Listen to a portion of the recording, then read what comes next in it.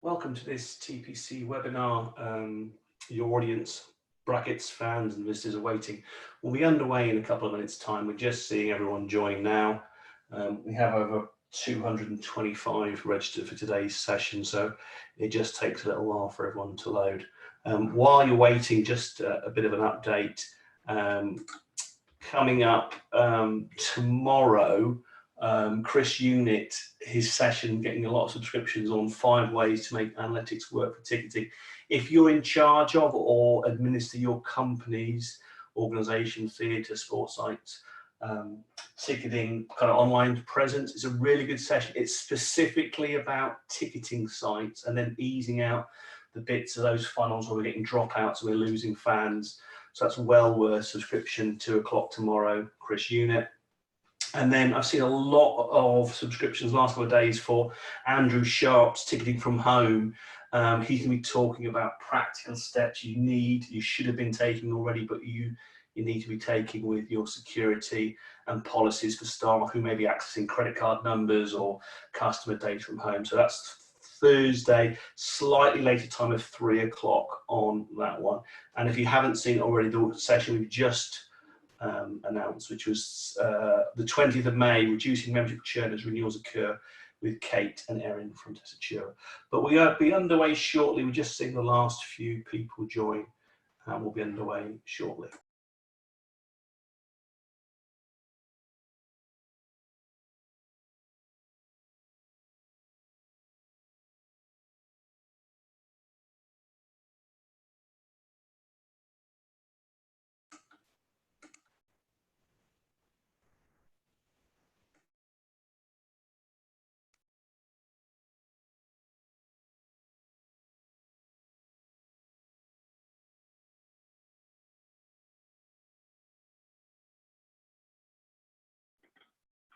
Just seen a quick question there on volume. Hopefully my volume is raised a little bit. That's a bit better for you. Some people are just saying they couldn't quite hear me there. Apologies for that.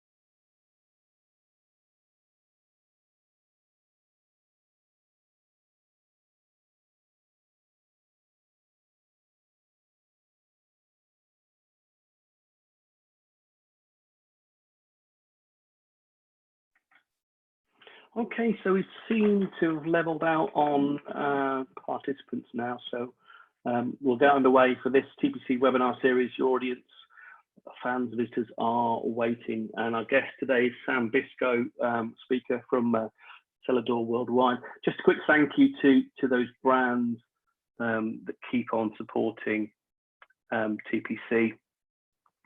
This is the bottom there. Thank you very much for your support in what we are doing. I'm just seeing someone else saying the volume's a bit low. Just change microphone.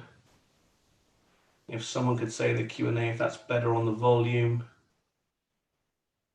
We'll see. Hopefully, or I'll speak a bit louder.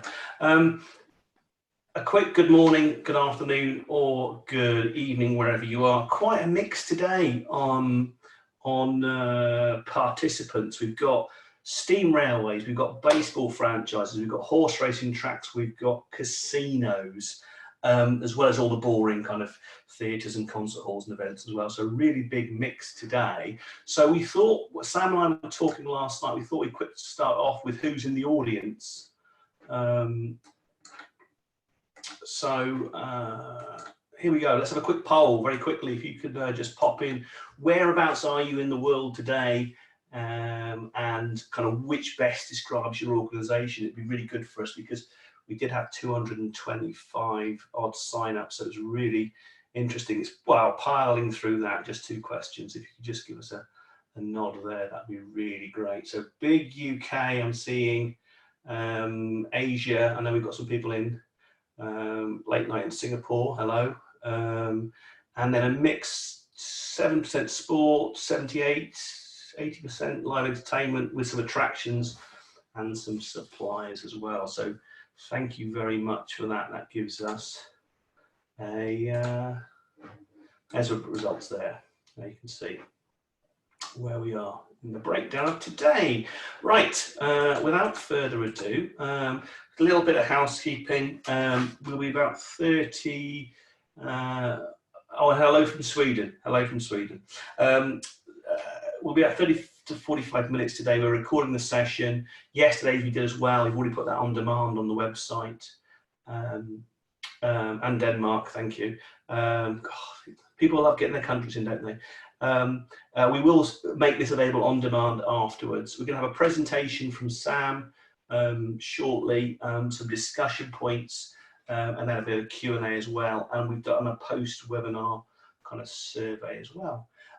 If you haven't used Zoom webinar before, I know everyone's got used to Zoom, there's a Q&A in your toolbar, which you should find somewhere on one of your screens. The best place to ask questions is in there. We turn off the chat on these, but so as we go along, put your questions in there, and I'll be working with working through those. That's me at the top, by the way. So without further ado, let's introduce this afternoon's speaker on this webinar, Mr. Sam Biscoe. Sam. Hi, good afternoon, or morning or evening, depending on apparently where you're joining us from today. Thank you, everybody, for coming along. So I am now going to share my screen with you. We're going to get going. So today's webinar is called Your Audience is Waiting for You, or your audience / fans / visitors / whoever is coming to your venue, theatre, arena, whichever way you kind of like to look at it. I'm going to be largely using audience, bookers, theatre, but please feel free to like interchange throughout, and I will try and swap in and out for those words throughout the thing. So the first thing that we're obviously seeing here is a beautiful, stunning picture of Bristol Old Vic. And initially, this first slide did just have the big green background across it. And then I came across this picture of Bristol Old Vic. And you can't actually necessarily see it here, but just right above their door, they have this big neon sign that says, "Come on in." And I just kind of felt that was really relevant to what we're going to need to say to our audience.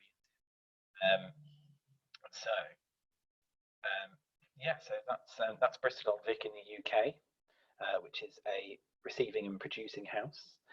So who am I? Why am I here today? Well, I'm here because I was going to be doing a presentation at Ticketing Professionals Conference along with my friend and colleague Carol from Colchester Mercury. Unfortunately, because of everything that's happened, we find ourselves attached to a brilliant webinar series instead, which I'm really grateful to be part of. So thank you, Andrew, for allowing me to do another session of me waffling on about tickets and stuff. So these are the brands and the companies that I worked for. I'm currently working for Selladoor Venues. I'm based in what is a beautifully cloudy Peterborough at the moment at the New Theatre. I also run my own small blog that I started, which is called Hello Theatre. There's also an associated Instagram page, which is just pictures of beautiful theatres, because I thought, why not? Before Selladoor, I was at the Corn Exchange in Newbury. I was previously then at Nuffield Southampton Theatres, which I'm sure that most of you will have seen the recent sad news about them falling into administration. I was at Dance East prior to that in Ipswich, and then also alongside that at the same time was at the New Wolsey Theatre, which are both in Ipswich and Suffolk. I've previously worked in some West End venues whilst I was living in London, so working at the Apollo Victoria, which is run by Live Nation, and the Prince of Edward Theatre at the time when Jersey Boys was playing. So that was quite some time ago now, but there was lots of lessons to be learned from there. And I've got some really proud associations with TRG Arts, who I worked with at the New Wolsey and Nuffield Southampton Theatres, obviously with Spectrix, having used them at all of those recent venues, and activity stream, who I partner with as well. The last two brands you can see there are Carnival Cruise Lines and Royal Caribbean Cruise Lines. I used to be a dancer once upon a time, and then fate intervened, and I now work in ticketing. But I can tell you that there is nothing that talks about brand loyalty and how to retain customers quite like cruise lines do it. So I always sort of include those two there. So that's enough about Sam, me. Sam, to butt in just 1 second. We're having a problem with your. When we had a test last night, you keep cutting out.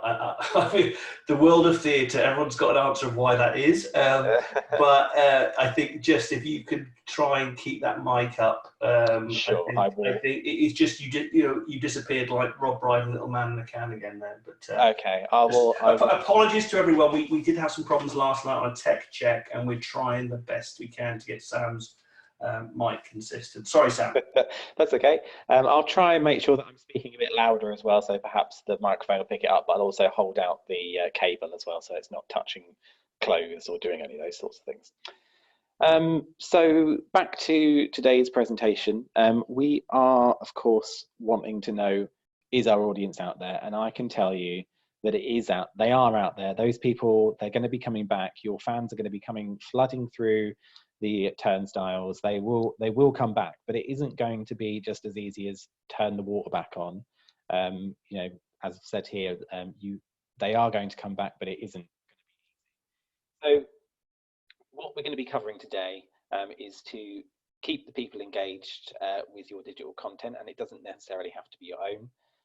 Stick to what you know, familiar communication with your patrons, and then making the most of loyalty, and then you can fix what is broken. And then finally, like the last section of today is going to be the mend and make do. So we're going to be sort of going through some ideas, some thoughts. I'm well aware that not everything that we talk about today is going to be something that you might be able to apply, but it might be able to be something that you keep in the back of your mind for the future. It might take just it might be that a few months down the line we come back to something that you kind of go, oh yeah, that actually perhaps was useful. So here we are. So next slide. So a couple of weeks ago, I was watching a TRG 30 webinar. It was one of the first ones, and they presented a Google Trends graph, which was, I think it was largely UK based, and I was astounded at what this was showing me. So here is the UK version of this, and it is a Google Trends graph for arts and culture, and there is a sort of interest over a period of time, and you can see on the scale on the left hand side that it is between 0 and 100, and as you can see, as the coronavirus pandemic hit, suddenly we were engaging right up to 100% with arts and culture as an interest, whereas usually it kind of sits at around an average of 25. So there's a lot of people that are suddenly finding themselves perhaps either stuck at home or with unusual working patterns, and they are looking for where their entertainment, their arts and their culture is going to come from. So I just found that this graph is really interesting, and we've talked a lot more recently about what digital assets that we should be trying to make the most of. And I was sort of really inspired by some things that I've seen. So there's going to be some things that you can do. There's going to be some things that you're not going to be able to do. But we're going to talk a bit further today about what it means to rethink digitally about what it is. So the first thing that we can do is obviously ask for more content. If you've got a show that has been programmed in and is going to be perhaps performing in your theatre space, or that that you've had a game rescheduled or whatever it is, if you're a theatre company that has somebody as a visiting production to you, there are going to be more people to be able to try and engage between now and then. You can always go back to the producers of shows and ask for more content. It might be that they just haven't had the right thing yet for you. You might not have even been aware that it existed. It might have been created since you put the show on and they haven't managed to email it to you.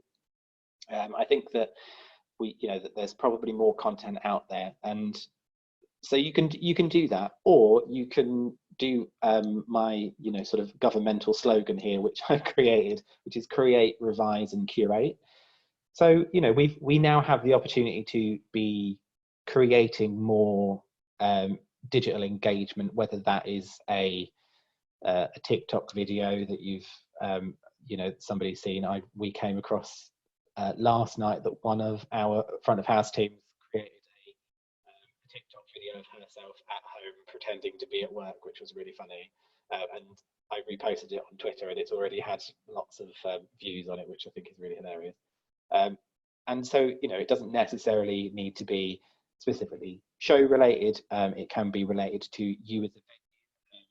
We're obviously sort of thinking about how we're going to keep engaging those things, those places. We've seen some theatres like the Lyric Hammersmith in London. They've been doing virtual tours of their building with their building supervisor, who's been checking in on the building. He's also been doing a tour at the same time, which has been really fantastic. You might have been following on Facebook. Chester Zoo have really been going to town on their introductions to the creatures that they've got. So whilst they're not open, they're still able to create a way for people to engage. The second part of it is revise. Obviously, we might have some things there that we've got that we thought were going to be now useless to us. We just might find that there is a way of revising the content that we have created, whether it's just copy and paste something over the top of what you had, or that there you might have some sort of layered Photoshop file that you could do something interesting with an image, and there's just other ways of thinking about that. And then obviously lastly, if you don't have the option to curate something, to revise or create something, what you could do is curate. You can, the third point down there is be the forefront of your arts community. You might find that you want to start looking at the way that you're going to relaunch your venue, and in order to do that, I don't think that we're ever going to be able to do it alone. I think that particularly in smaller towns and communities, like there needs to be an effort across all of those organisations within that area to come up with a responsible way of making sure that people are engaging with their art form or their culture or whatever it is. So if you can work together to curate a selection of things that are going on in your communities, that might be a way of keeping those people engaged. It also might form part of your ongoing strategy. The second point on the screen here is collaboration is key. Use existing relationships to maintain an ongoing conversation. And this might be just down to talking to the other arts organisations to make sure that you're all on the same bandwagon. There might be resources that you can offer to help somebody else during this time that they may be grateful for, and that is only going to build a positive relationship for you. So I think that there is also some scope to approach local businesses that will be more than happy to help. So to just sort of keep massaging those relationships is perhaps the right word. You might not necessarily need to ask anything of them yet, but you will find it hard pressed to perhaps ask somebody to borrow some video equipment if you've not spoken to them for a year. So just to keep your partners in mind as you go forward, as well as your audiences. And then the last point on this slide is how to plan how to maintain your digital strategy post COVID-19. Don't lose out on your successes. We're going to cover in just a second about who's done some excellent work. I think that we will discover that we've changed during this. We've had to evolve, and it has been needing to evolve digitally. There's been many sort of art galleries and museums that have made their collections available online, and that they are also collecting donations and seeing successes from that already. But when we finally get those social distancing measures lifted, we really need to think about how are we going to continue that digital strategy. So we will move on to the next slide, but we will keep that in mind as we're talking about these. So here are some people that are doing it well. Corn Exchange in Newbury, my previous team, are doing a fantastic job with hosting their free Rhyme and Shine lessons via Zoom. Now, Rhyme and Shine is part of the arts programme at Corn Exchange in Newbury. It's a young children's class where a practitioner leads a class with nursery rhymes and play for the littlest of the little people, and it is busy. Like the you know, when you're there on a Thursday morning and there is a line down the street with buggies for people to come into the learning centre at the Corn Exchange in Newbury. Corn Exchange Newbury is a mixed theatre, arts and crafts. There's a gallery that they also run as well, so they have a really wide range of audience. But what they've done, they are running these Rhyme and Shine classes via Zoom, but they are requiring people to book in advance. That's going to protect them from the sort of the spate of hackings that we've seen on Zoom, where people have questioned their security because they are pushing their data through Spectrix, which they use. So people are booking online for the class. Not only are the Corn Exchange then collecting those people's information and to be able to contact them afterwards, they're able to then provide like a secure way of people joining that Zoom class, and also so that it doesn't become overrun with 500 people wanting to do Rhyme and Shine that morning, so that the practitioners can make sure that they are engaging with all of those people. So that's really awesome. And once they're finished with that, they're going to be able to use the data that they've signed up with. They're going to be able to analyze it and look for those people that perhaps have never actually been to a physical class, and that's really exciting, is that, you know, they might find there's suddenly an audience of people that have never visited for their work, and, you know, we'll see that throughout all of these examples. The second example is from the Colchester Mercury. So that's Colchester Mercury is theatre which is about 600 seats in North Essex, outside of London. They're currently closed for a renovation to their main building, but they had their 2019-2020 panto in a tent, essentially.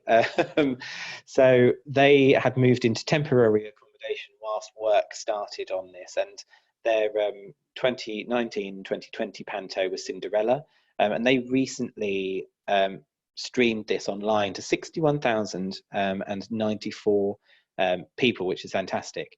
They asked, at the end of it, they asked people to donate to their Mercury Rising campaign, and from that they've received over £5,000 in donations from that alone, which is fantastic news for the Mercury Rising campaigns. They might be able to now buy some extra light bulbs. So that's been a really good example of it. Talking to Carol Rayner, who's the general manager at Colchester Mercury, about how this worked. And so they had originally pre-recorded the show as a streaming that they were going to be doing to care homes, which was always part of their plan. But then when this happened, they realised that they then had the ability to be able to stream this online and sort of bring some some entertainment and some joy to those families and people out there that were socially distancing at home. So that's how they ended up doing it. I asked Carol if she wouldn't mind me sharing these details today, and she said no, go ahead. So well, it's good because she's actually on. I can see she's actually registered. Is she? So she's joined. Yes. So hello, Carol. Hi, Carol. Thank you for that. And she did say that the costing of how much it was to film the show was £2,500, and that was just the filming of the show. So they've obviously now got that for their archive purposes, but they've also been able to sort of recreate that, and that can be something that is ongoing as well for them for the future. So great work, Carol. Well done. Rifco Theatre Company. So Rifco are a touring UK theatre company. They celebrate experiences of British Asian people, and they're resident at the Watford Palace Theatre in North London. They're really successful on tour. They manage to engage with a lot of communities where they perhaps struggle. Their work is always really diverse. And so what they've done is they shared a recording of their show called Mushley Lyrically Speaking, and what they've been able to do is start to remove that barrier between what their work is and who their audiences are, so that that they can start to bring the two further together. We know from experience that often that British Asian audiences are quite difficult to get to come into the theatre because it's not naturally part of their culture. So what they've found, or starting to find, is that those audiences are starting to watch online, which is fantastic. And perhaps if they are seeing it online, that they then the next step might be for them to venture to the theatre, which is really exciting. So for them, it will be about how do they continue to engage those people digitally to then try and transfer them from being a digital customer to a physical customer. And I think we're going to continue seeing a lot more of this in the future. And this is, is a really excellent way. Last example here is Selladoor Venues, where I work. So we're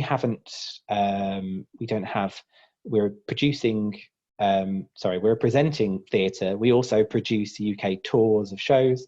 We'll be touring Footloose and Bring It On later this year as musicals. And there's also we started running venues last year. So we started scheduling the Sunday Lockdown Lounge. So this is formed by Selladoor Worldwide, and they created the 10 to 15 minute videos for every Sunday coming up with artists that they've worked with on previous tours, to create new weekly entertainment for people to listen to and to engage with. Whilst they can't come in and see the performance, they might see a familiar face that they know, and that they are doing a fantastic job, and it's having really high engagement locally. We run 3 venues, so we've got New Theatre in Peterborough, and we also run Queen's Theatre in Barnstaple and the Landmark in Ilfracombe in North Devon. Each one of those has got their own version of the lockdown lounge, and they're having really excellent engagement, and people are really enjoying it, and they're keeping our customers engaged, ready for when we're ready for them to come back. So well done to all of those people that are making excellent moves digitally. I think that I really hope that we can continue to see a future where the digital customer and the physical customer are considered in theatre, despite it being a live experience, that we should be able to try and figure that out. So that's Trey's exciting. The next section is making the most of loyalty. So I absolutely love Jo Gordon. I think she's a fantastic human being, and this is one of the reasons why. She tweeted not too long ago, on the 24th of April, that my favourite part of the day, sitting down to personally write a quick note of thanks to some of the audiences who have donated to Royal and Derngate or the Corby Cube this week. A lovely chance to reflect and be grateful on the amazing support and love that we've received. So Joe's is the CEO at Royal and Derngate, Core at Corby Q, and the Northampton Film House. And she's spent some time at home whilst everybody's socially distancing and the theatre is closed to write personal thank you letters to their most loyal customers that have donated to their Back Together fundraising campaign. And I just think that she's a really good example of somebody that is really nailing this really well. I know from experience, like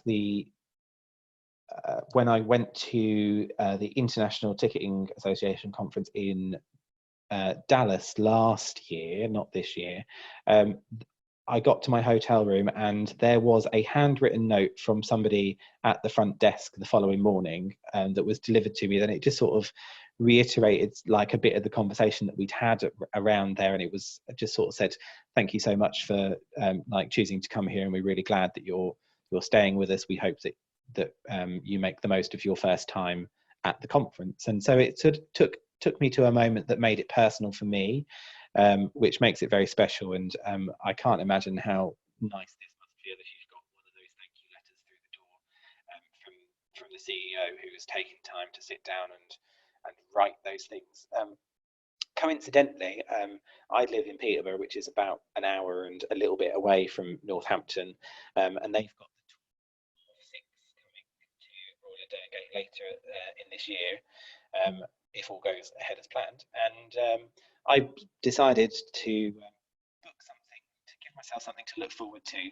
It's a fun night out, so I booked a ticket and I made a donation along with my tickets. Only a £5, and I wish that I could have spared more.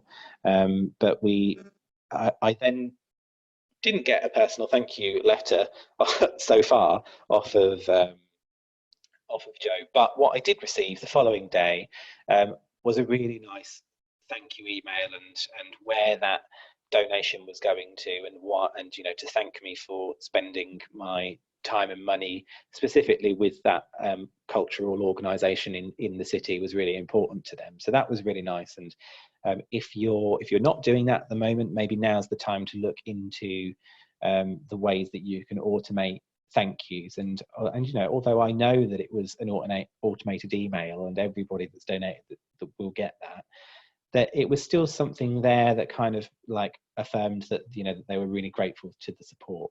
So that was really great. See the next slide. Thanks, Joe, for the inspiration there. You just started drifting in and out again, Sam. End of that last slide. So whether you were chewing your mic, I don't know, but you were just. I could just about hear you. Just sorry to interrupt. No, that's okay. I'll sort of continue to try and be loud, and I'll try not to eat my mic. I am hungry, but they're not there yet. So the next section, and this is a beautiful, stunning picture of the York Theatre Royal, which I found online, and I just thought I'd include this here because it's beautiful. So the next section is you can fix what is broken. Now is the time to plan and reform. I think that whilst we have this strange and unusual time, I know for me it's really taken me, given me some opportunity to sort of to rethink some of the ways that we do things, specifically in our ticketing system, around how do we monitor customers, how do we like tag our customers in a way that makes us understand a bit more about them. And I think that this time is being really useful to be able to sit and think about where it is that we want to be when we come out the other side of this. I mean, obviously we would like people to be coming back through our doors, but we've now got the opportunity to start making some changes to how we are performing. So here is some thoughts, provocations. This applies to everybody. So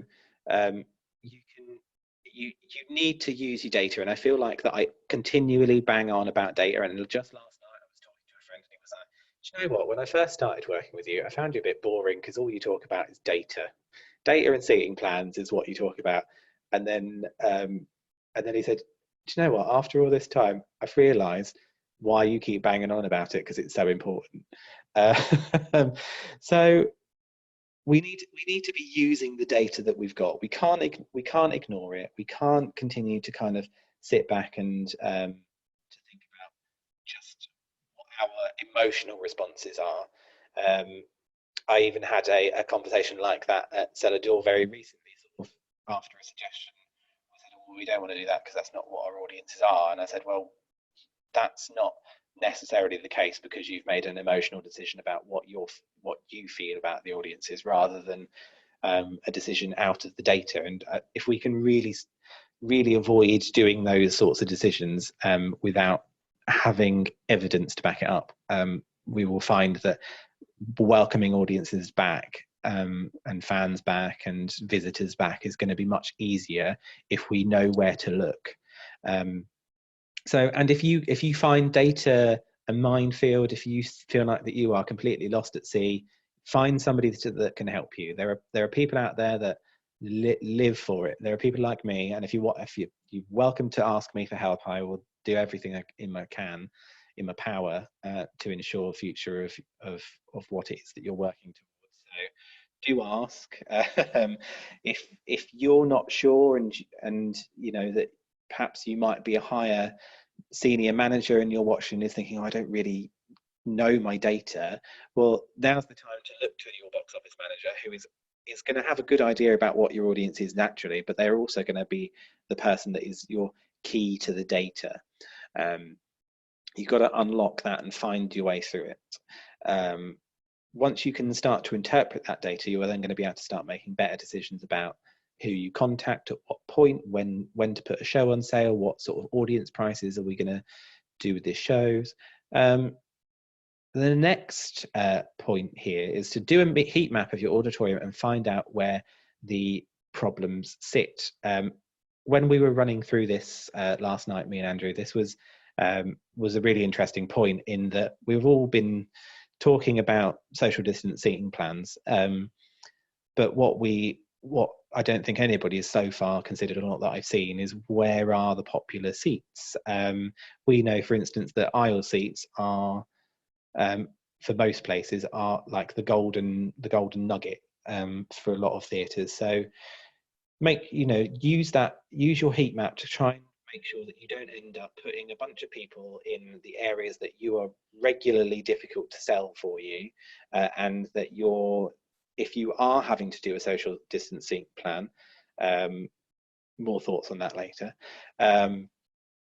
make sure that you are making the most of your most profitable seats. On the flip side of that, if you're not doing a social distancing plan, and you just want to see where the problems are in your auditorium, do a heat map of where it is. You can divide that up into genres. You can divide that up into, you could just do it all of your tickets that are sold.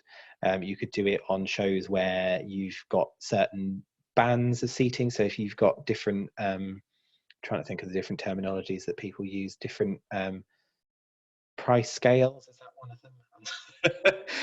them? That you are looking to see where those problems have traditionally been. And my biggest fear with social distance seating plans is that we spend our entire years trying to convince patrons that a performance of 200 seats in a 700 seat house is a busy night, and that's done by front filling, ensuring that we've got people so that they're not looking over 7 empty rows of audience. If we can start to minimize that when people do start returning to our theatres, and perhaps that will be a slow increase, we need to make sure that we are trying to make sure that we can continue to make people feel that the atmosphere is excellent and that we can ensure that they have a good night out. And part of that is making sure that people are sitting in the right places. If you've got 250 people in a 1,000-seater theatre, you're going to want to make sure that they're all sitting reasonably close to each other. Obviously, with social distancing guidelines in place, if you should need them. The third point here is to analyze retention and see what you can learn, and then work twice as hard. As I said, it isn't going to be easy to ask people to come back, and they will come back slowly. But what we want to look at is, what is your retention rate from previous years? You will still need to be asking those people to come back to the theatre, as you should have been doing anyway. Part of the biggest problem in UK theatre is that we have a low retention rate of audiences, and we want to keep those people coming back. And you know, if you're a marketing person and you're watching this, you will understand how difficult and how expensive it is to get new people through the door. Today, we need to make sure that we are retaining the audiences that have booked, that were going to book, and that have been recently that have not yet booked. And it is going to be twice as hard, and it is going to take more than one email to get them to come in, but they are out there, and I can promise you that if you can analyse that retention and hit the target really well, then you will eventually see those people to come back. Fourth point: give your audience what they want, not what you think they want. There's been many times that I've looked at some websites and kind of gone, oh well, I suppose if you're living in that area, perhaps that's all you want to see. But you know, we're at the point now that we need to be making sure that we are making money. There are certainly shows out there that do make money. There are shows out there that certainly do not necessarily bring in the big cash cow. I'm just going to grab a sip of water because it is starting to get dry in here. So make sure that your programming is going to reflect what it is that your audiences are going to want to see. There's loads of tools out there to help you do this. If you're in the UK, use Audience Finder. And that can give you a good sense of what sort of shows are in the what sort of things that people like to see in your area, and hopefully if you've got several organizations that are submitting their data, you are then going to find out exactly what it is, how much people are willing to spend. It's a really great tool, so make sure that you are using all the tools that are available. And then the last point here is that you can change your behavior now. Now is the point where we get to change the way that we talk to our customers, how we approach them, and all of those different things. You will want to make sure that you get together your team and discuss and figure out how you want your behaviour to come across in the future, and perhaps even just try to identify the things that were not working as well as they could have been. And I suppose the other thing that I should sort of mention within this bit is, I've got my notes here, so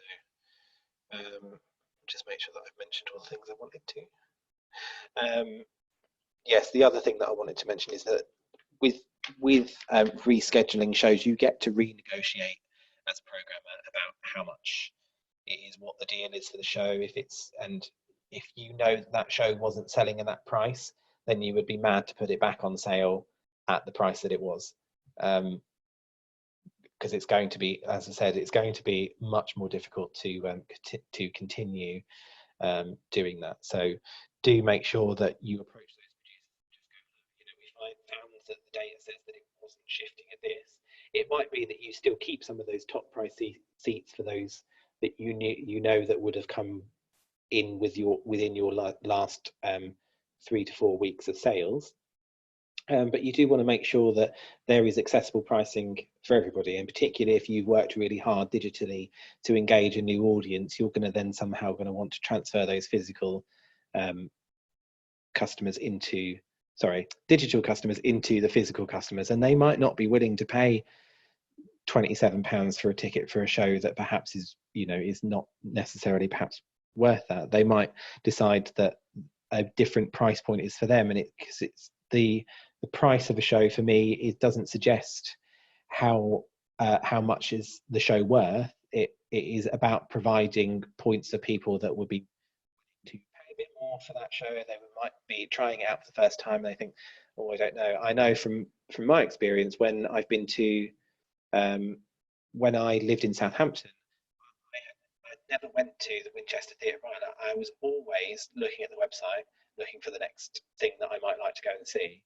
And because of the way that they had priced their auditorium, it always made me go, well, I don't know if I want to try that.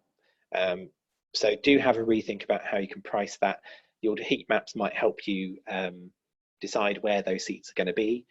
So do keep your eyes peeled for that. So the last section here is the mend and make do section. You might have seen this image already. It is the shows will go on posters. Please support British theatre as soon as we're back. And this is from ATG, Ambassador Theatre Group, who run about 40 theatres up and down the country. But this image particularly was a mock-up of a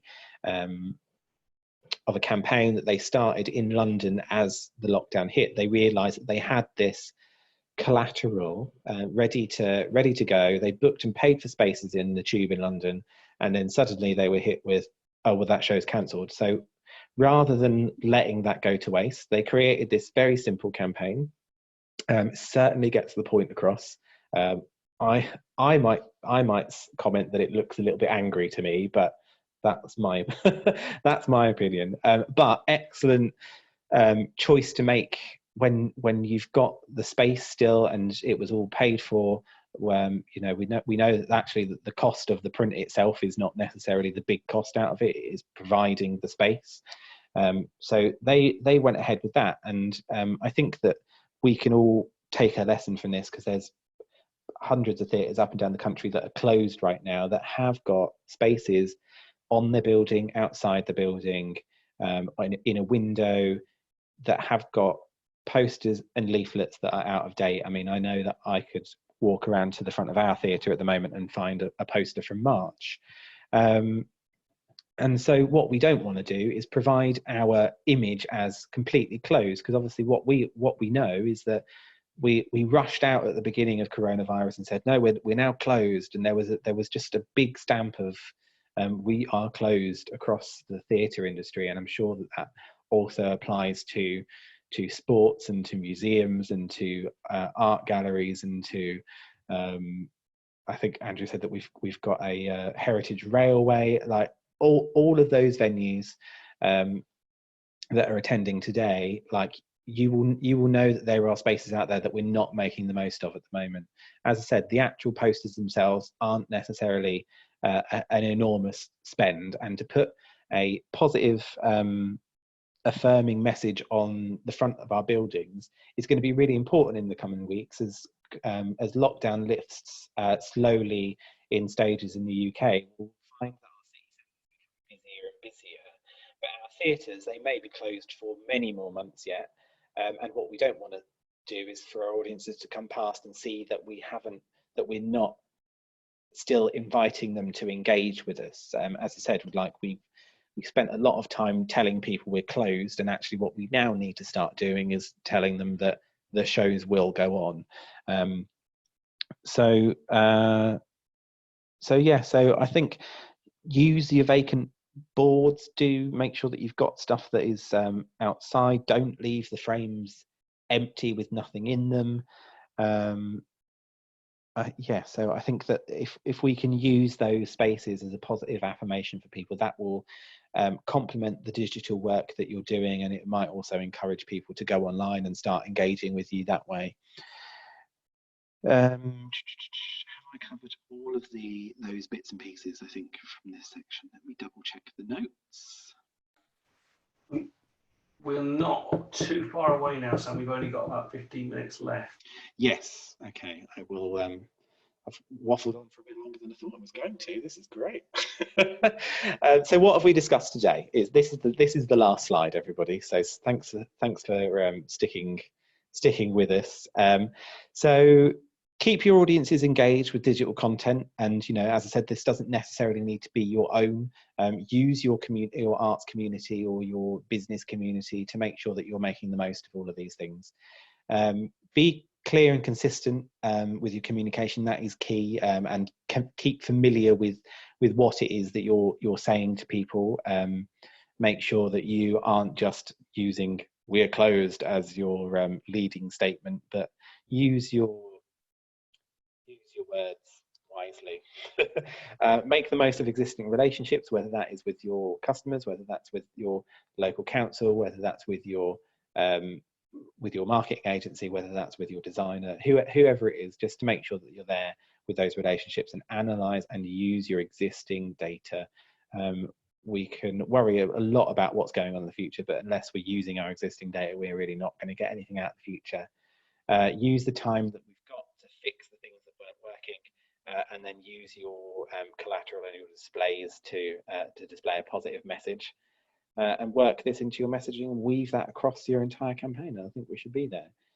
So I will stop waffling now. I think we're going to do shortly some Q&A moments, but I just wanted to thank Andrew again, and I'm looking forward to TPC next year. And if you want to join me on my blog, I've got a few posts up there. It's only sort of quite new, so it's hellotheatre.uk.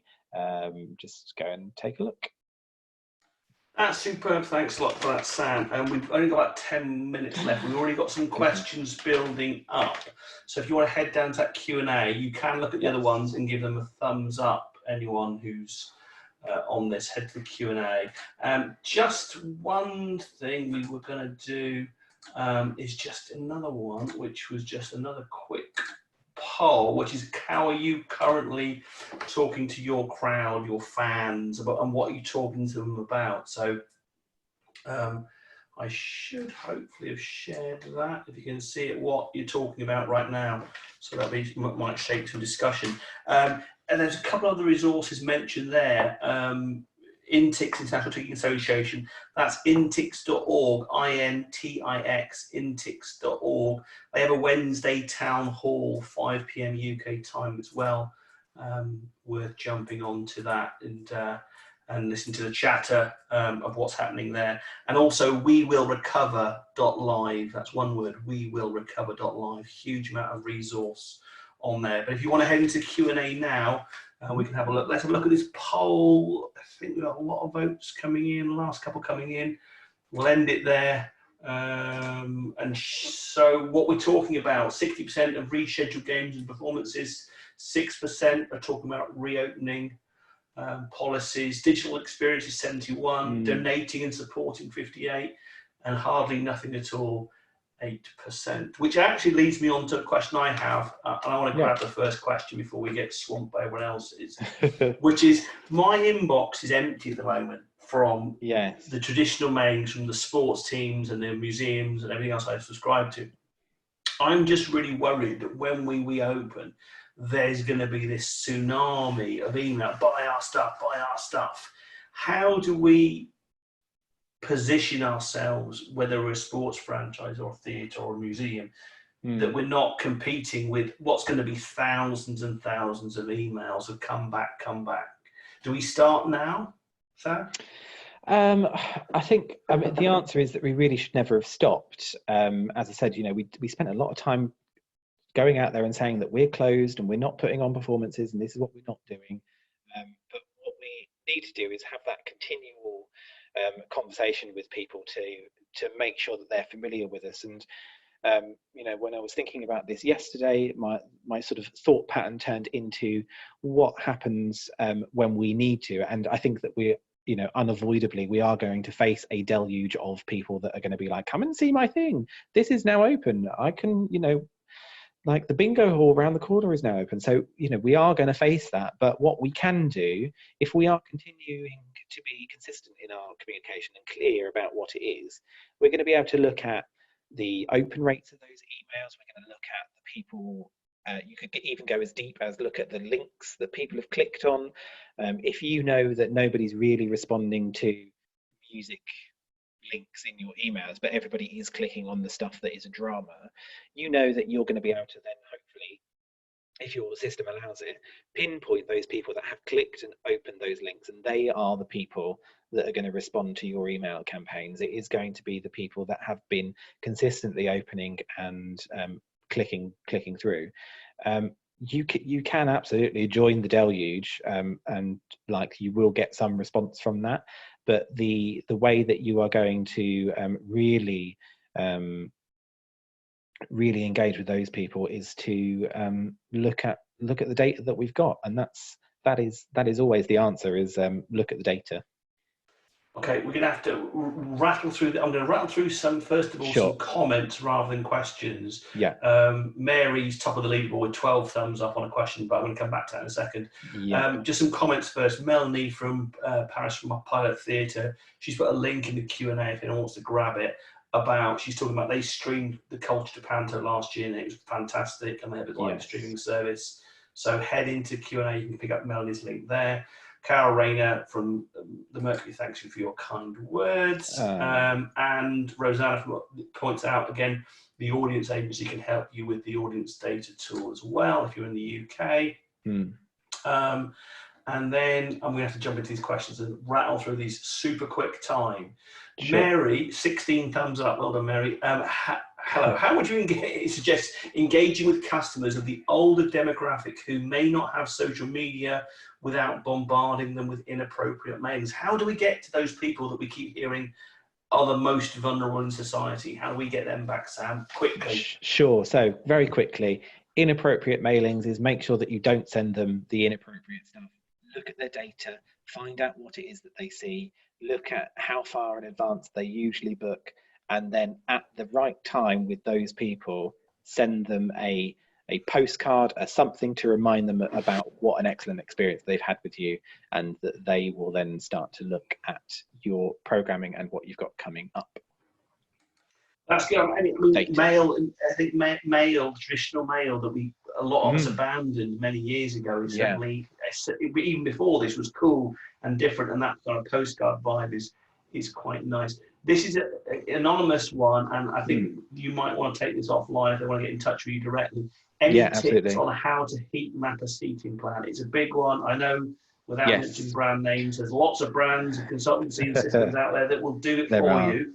I do my heat maps manually. So, as I said, like I work with Spectrix as our ticketing system. There is a Spectrix guide on how to do it. So if you email support, they will be able to then send it back across to you. It takes a little bit of a while, but it is so worth it, I promise. There we go. Anonymous, if you want to drop us an email, we can, and if you haven't got Sam's details, we can maybe put you in touch. Another anonymous one here. We're going to try and get through all of these. If you ask 3 questions of your data to help you prepare post-COVID, what would those 3 questions be? What a great question. Oh, yeah. I mean, 3 questions of the data that I've got. So I would ask about average ticket price. I would split that out by genre. And then I would look at, there's so many to choose from. Maybe how far in advance they traditionally book. Okay, quick. We've got to be quick now because we haven't got long. Not that we get cut off, but just we don't want to. I know people have got work. People have got bagels to eat or wine to drink. For me, both. Let's go. So, Melanie Paris we talked about her with Pilot Theatre. Joe Towler. How about an auditorium where seating is unreserved, or touring organisations that are not based in venues and don't have that data? I mean, how do we deal with that? I've got this, I'm a touring opera and I go around, I don't get the data. How are we getting those audiences back? At the moment, if you're a touring company, you have the unique opportunity to go back to the people that you are working with and ask them to start recording your data. The unreserved seating plan and the idea of front filling and making sure that people are sitting in the right place, you are going to have to work with the organisations in order to make sure that is happening. And in some places, you are going to have to guide and drive that. If you are able to implement a reserved seating plan instead, that would be even better. I know that may take some pushing and some conversations to have with those venues, but it will really help if you can.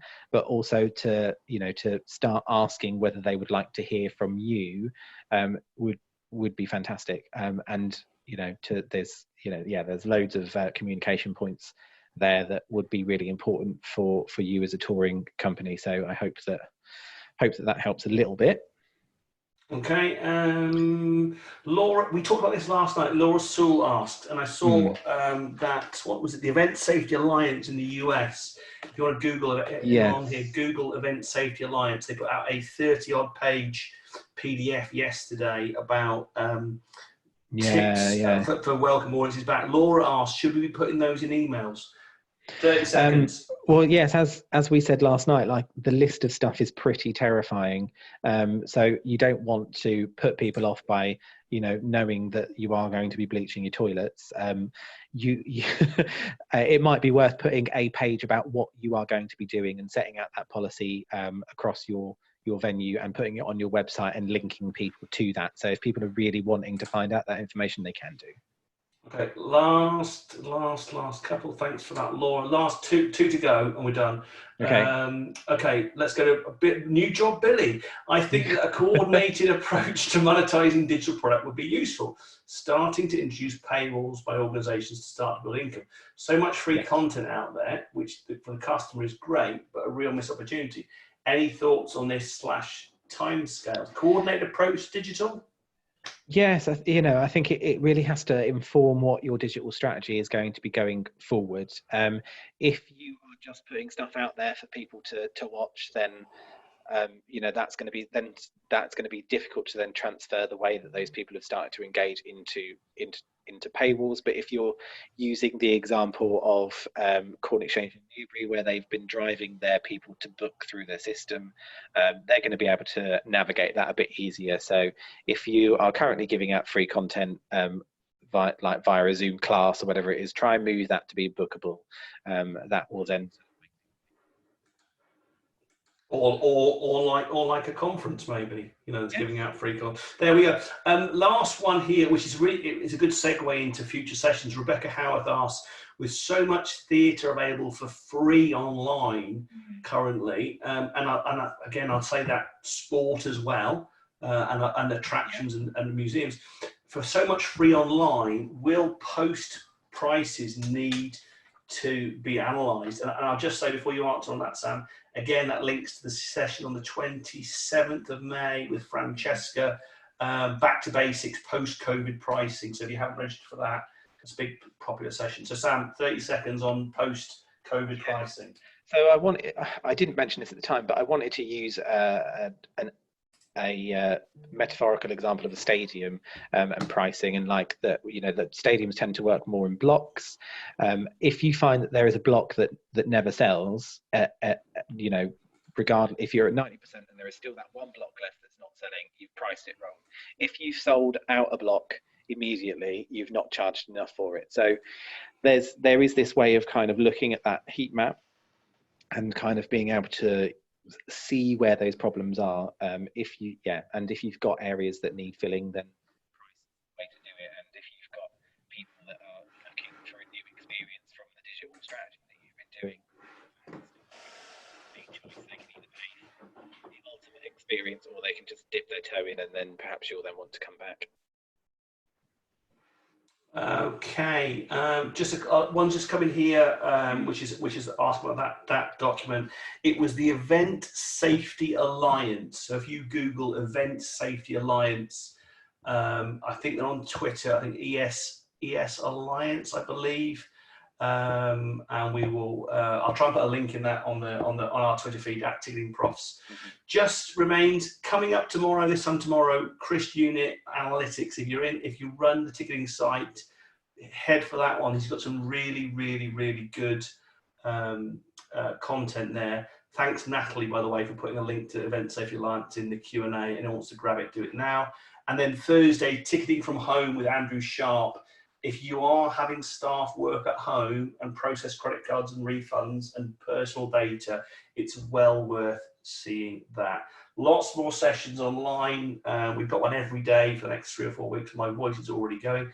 Thank you very much, Sam, for today. And thank you all very much for joining. More resources at Ticketing Professionals online. And also remember intix.org and wewillrecover.live. But Sam, thank you very much indeed. You are. And thank you and good afternoon, everyone.